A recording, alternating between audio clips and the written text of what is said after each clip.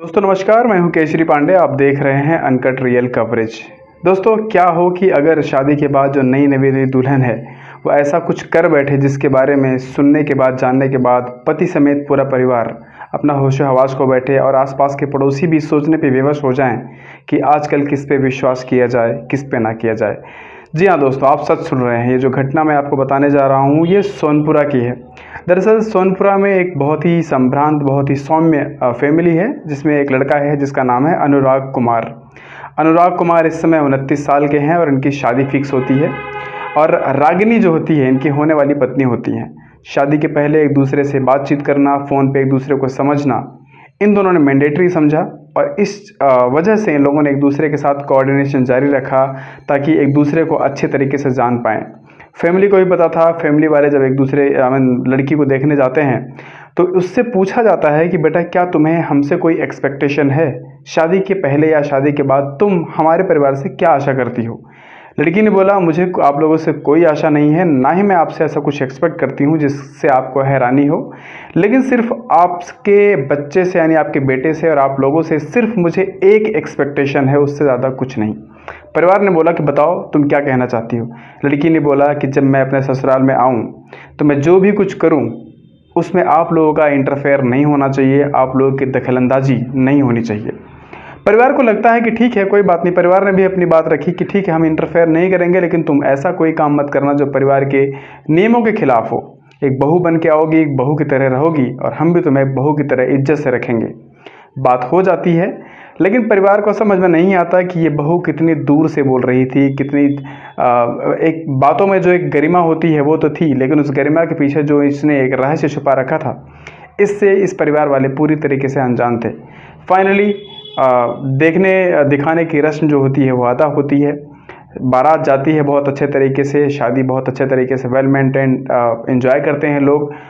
रिश्तेदार जो आए थे वो घर से बाहर चले जाते हैं। एक हफ्ते बीता हुआ था, एक हफ्ते से एक दिन कम यानी छठा दिन।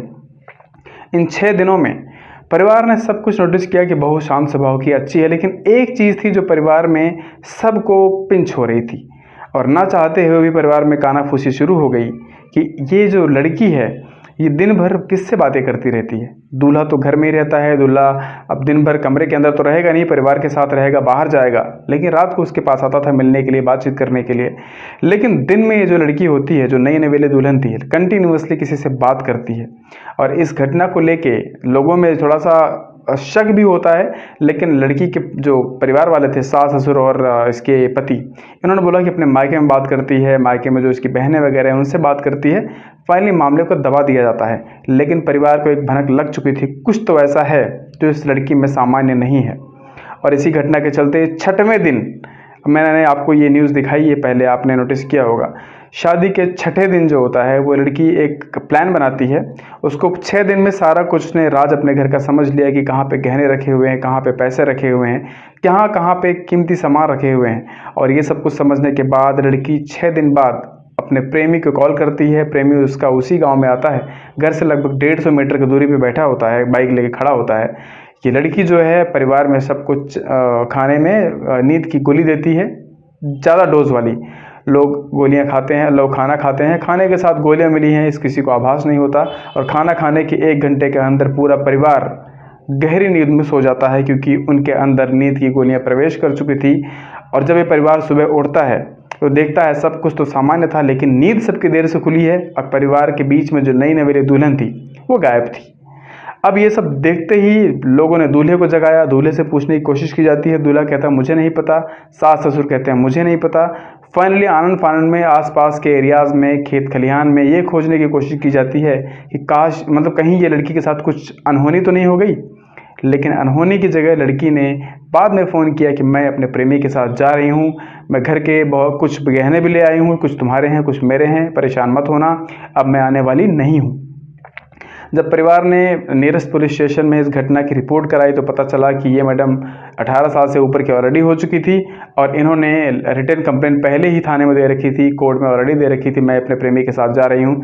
फिलहाल एक क्वेश्चन बड़ा ये उठता है कि परिवार जो है ये सदमे में टूट चुका है, इसकी बिरादरी में, आसपास के गांव में बड़ी बेइज्जती भी हो रही है।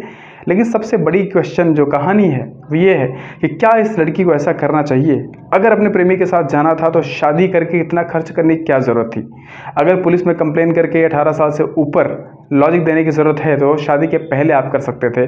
शायद इनको इस शादी के बाद ये सब करने की ज़रूरत नहीं पड़ती। आपकी क्या राय है? क्या लड़की ने सही किया या गलत किया? फिलहाल लड़की फरार है और पुलिस इनकी खोज में जुटी हुई है, क्योंकि परिवार के मायके वालों ने भी अपहरण का मुकदमा दर्ज कराया है प्रेमी के ऊपर और पुलिस इस समय प्रॉपर तरीके से इन्वेस्टिगेट कर रही है। लेकिन फिलहाल ये प्रेमी और प्रेमिका जो दोनों थे ये पकड़ में नहीं आए हैं।